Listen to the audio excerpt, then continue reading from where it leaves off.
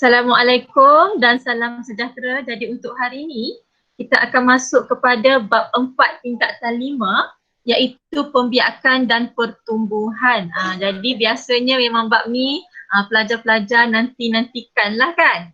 Okey, so untuk bab 4 ni dia agak panjang Jadi sepanjang dalam bab ni apa yang kamu akan belajar, pertama kamu akan dapat menganalisa pembentukan gamet. Kita ada gamet jantan, kita ada gamet betina. Bagaimana pembentukan gamet jantan berlaku? Bagaimana pembentukan gamet betina berlaku?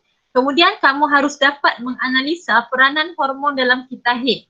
Dan akhir sekali kamu boleh memahami pertumbuhan primer dan pertumbuhan sekunder pada tumbuhan. Jadi kamu kena tengok objektif pembelajaran sebelum kita memulakan kelas. Jadi untuk hari ini, kita akan masuk kepada subtopik yang pertama iaitu 4.1 pembentukan gamet.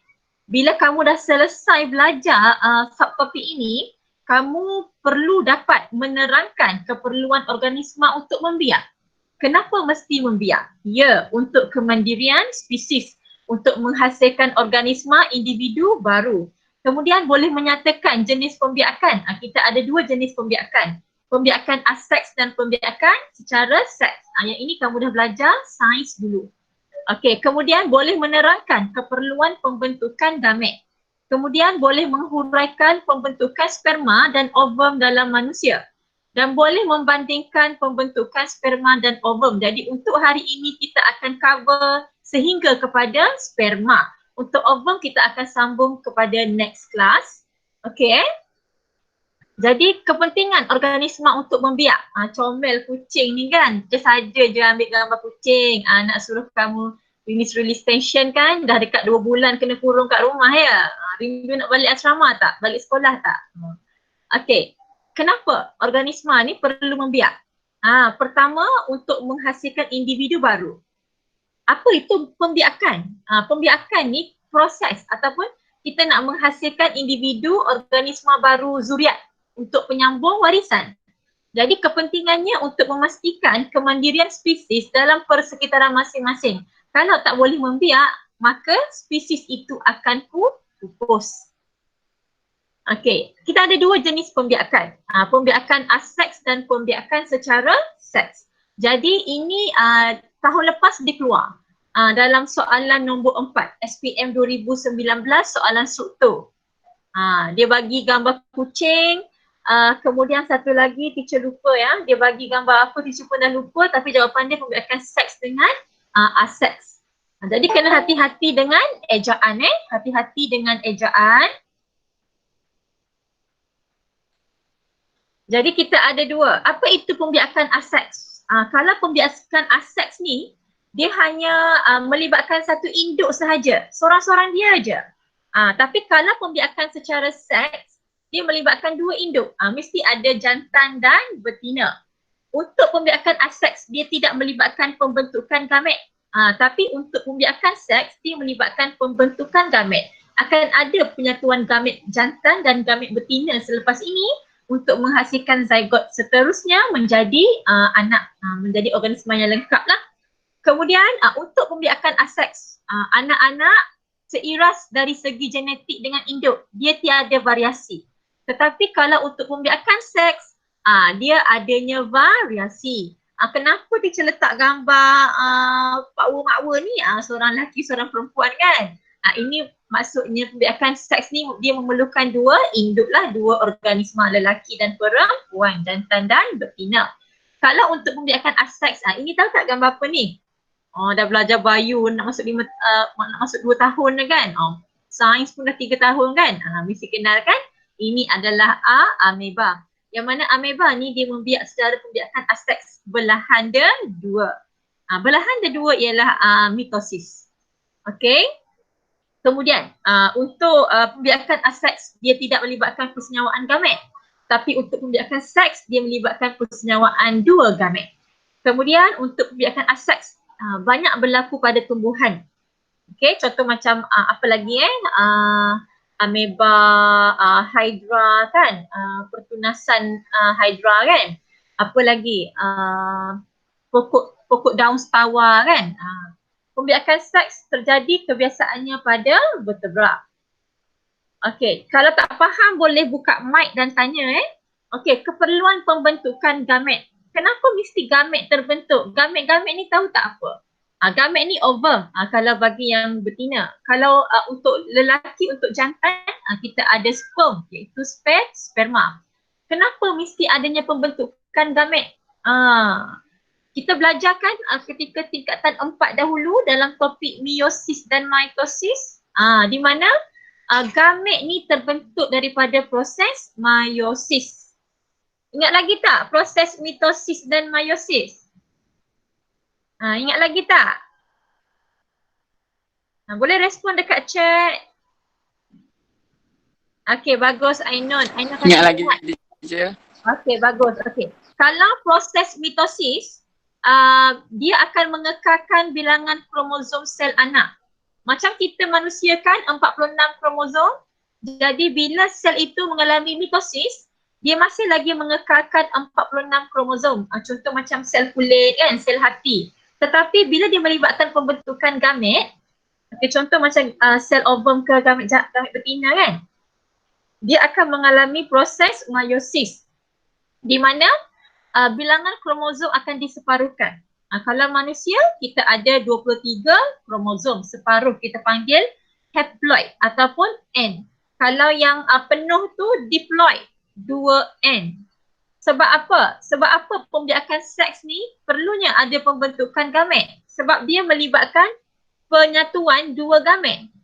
Bayangkan kalau ovum tu bawa 46 kromosom, dia bersenyawa dengan sperma yang 46 kromosom, maka dia akan menghasilkan anak dengan kromosom 92 kromosom. Adakah masih lagi manusia? Sebab manusia dia mesti 46 kromosom. Jadi sebab itulah Allah, cantiknya kan, ciptaan Allah ni kan, Allah telah cipta meiosis untuk menseparuhkan bilangan kromosom kepada 23. Jadi bila sperma bawa 23 kromosom, mensenyawakan ovum yang membawa 23 juga kromosom, maka dia akan membentuk zygote yang membawa 46 kromosom. Okey, so dia mengekalkanlah bilangan kromosom diploid. Okey. Boleh faham yang tu kita just revise sikit-sikit lah. Jadi sekarang ni keperluan pembentukan gamet. Okey, setiap gamet mengandungi separuh bilangan kromosom induk dia ataupun kita panggil sebagai haploid N. Jadi kenapa pentingnya pembentukan gamet ni jadi separuh dengan kromosom ni? Supaya memastikan bila berlakunya persenyawaan antara ovum dengan sperma menghasilkan zygote, zygote tu nanti bilangan kromosom diploid dia sama dengan sel ibu bapanya. Dan semasa meiosis, variasi terhasil dari sel gamet. Penyatuan dua gamet yang akan menghasilkan anak yang berlainan daripada ibu bapa. Ada tak kat sini yang muka dia sebiji macam ayah dia? Ataupun sebiji macam mak dia? Tak ada Sebab kita ni adalah gabungan daripada separuh maklumat genetik ibu, separuh maklumat genetik bapa. Yang mana kita akan belajar lebih lanjut ketika bab 5. Excited tak? Nanti kalau habis bab 4 boleh masuk bab 5. Nanti bagi tahu kawan-kawan raja-raja lah masuk kelas online. Cuba try Dan teacher akan upload juga dekat YouTube. Bagi sesiapa yang tak boleh nak join masa ni. Okay, so ni gambar gambar lelaki, gambar perempuan. Oh, apa salah dekor ni? Ini adalah sperma. Ini adalah ovum. So bila dia bersenyawa, dia akan menghasilkan sel zygote. Okay, ni kromosom lah, gambar kromosom ni kan. So dia akan menghasilkan bayi lah.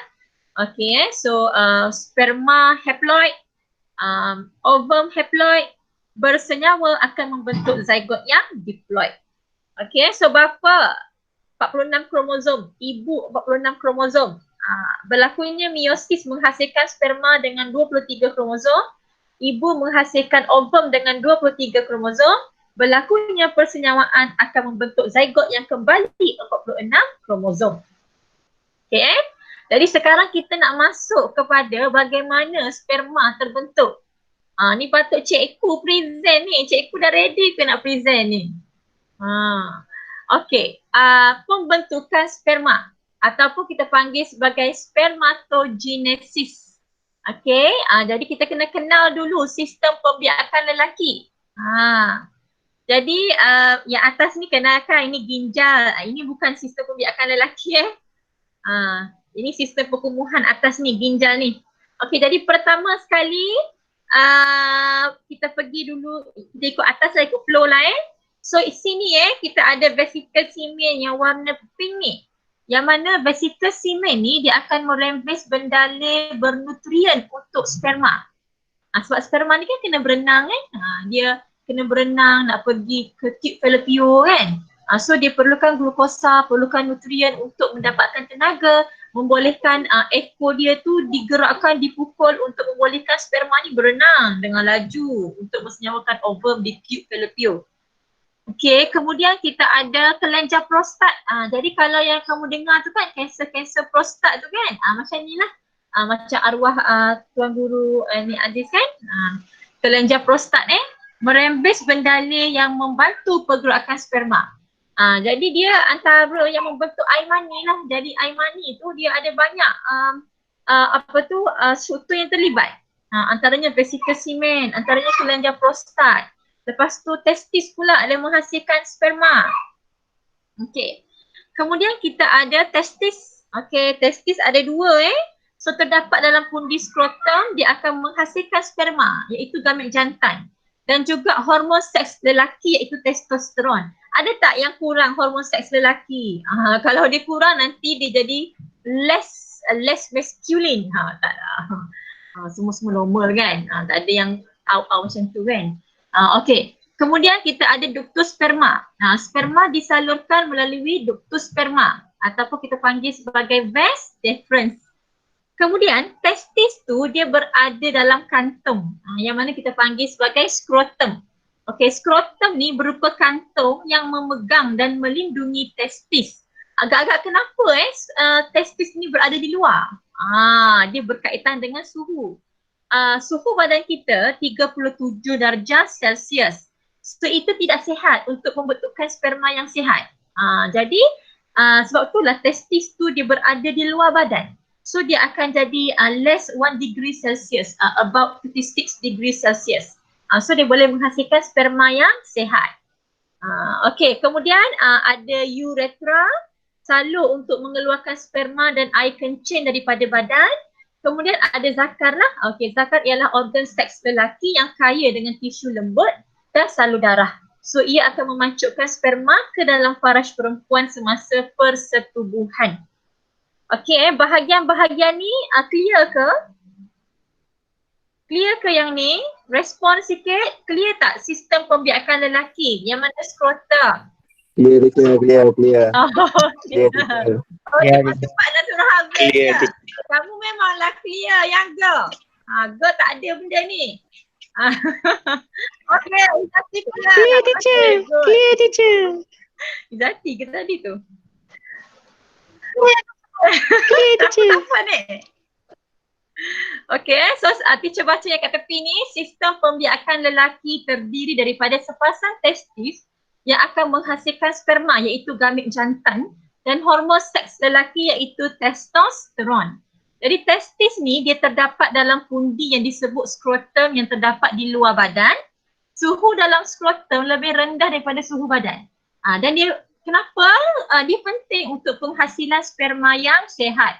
Ada macam-macam sperma kalau sperma sihat tu laju je dia berenang. Tapi ada sperma tak ada ekor, ada sperma yang dia berenang dia pusing tempat yang sama, ada sperma senyap dia tak bergerak-gerak.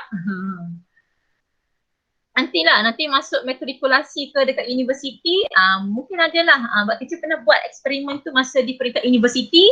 Kita tengok sperma, bagaimana sperma tu laju yang berenang kalau yang sihat tu. Okey, suhu badan yang 37 darjah Celsius ni dia akan menjejaskan pembentukan sperma. So penghasilan sperma tidak sihat. Okey boleh Okey, kemudian ini kita besarkan bahagian testis, bahagian vas ductus sperma, vas deferens ni kita besarkan.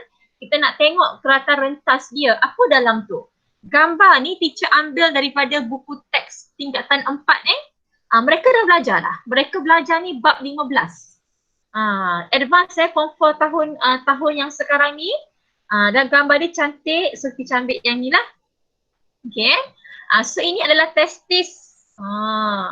Dalam testis dalam setiap testis berapa testis ada tadi? Tak nak tanya yang lelaki, nak tanya yang perempuan. Lelaki tahu dah jawapan dia.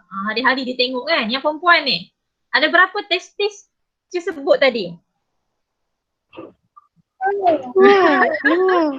Yang ni perempuan jadian ni. Yang perempuan mana?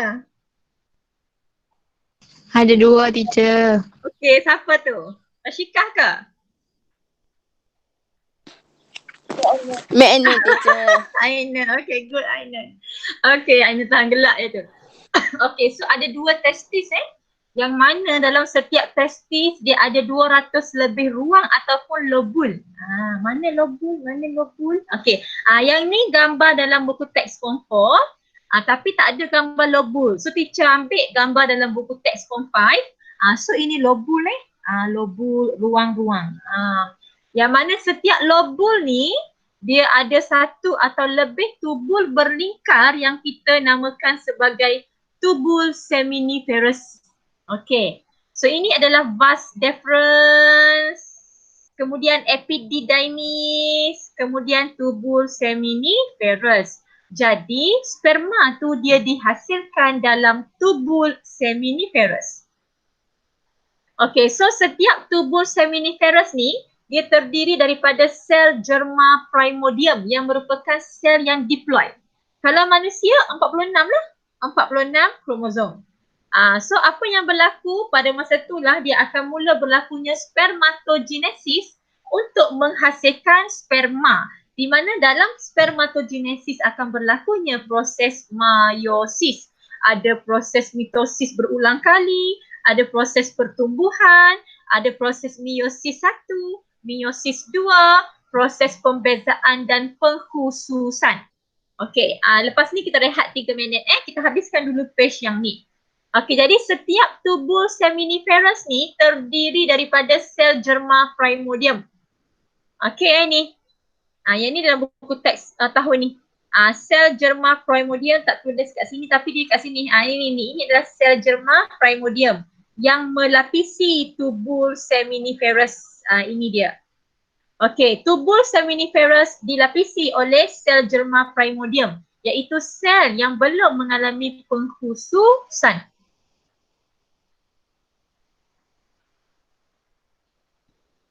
Okey, sel germa primordium akan menjalani pembahagian sel untuk menghasilkan sperma. Dan ada sel Sertoli yang terdapat pada dinding tubul seminiferous. Lepas ni teacher akan zoom lagi yang mana sel Sertoli. So fungsi sel Sertoli ni dia akan membekalkan nutrien sepanjang proses ini. Di mana spermatid tu untuk dia menjadi sperma, untuk dia membeza dan mengkhusus, terbentuk kepala, terbentuk badan, terbentuk ekor, dia perlukan nutrien untuk menjalankan proses pembezaan dan pengkhususan untuk membentuk sperma. Lepas tu sperma ni akan diangkut dari tubul seminiferous ke epididymis, kemudian dia akan disalurkan keluar melalui ductus sperma, vas deferens. Okey, gambar ni kan? Okey, dalam testis ni ada tubul seminiferous. So sperma dihasilkan dalam tubul seminiferous. Kemudian sperma tu akan dibawa akan keluar ke epididymis. Kemudian dia akan keluar melalui vas deferens. Okey, lepas tu akan keluar ikut uretra dalam zakarnya untuk dipancut keluar. Okey. Kemudian proses spermatogenesis ni dia dirangsang oleh hormon. Okey, hormon FSH kita dah belajar bab 3 sebelum ni kan? Hormon perangsang folikel dan juga testosteron. Dan proses ini juga dibantu oleh hormon LH lutein yang akan merangsang rembesan testosteron di testis. Jadi ini adalah ketiga-tiga hormon ini disebut untuk form 4 KSSM. Tapi untuk form 5 tahun ini, buku teks kamu hanya menyebut tentang peranan FSH. So just sebut untuk FSH sahaja. Okay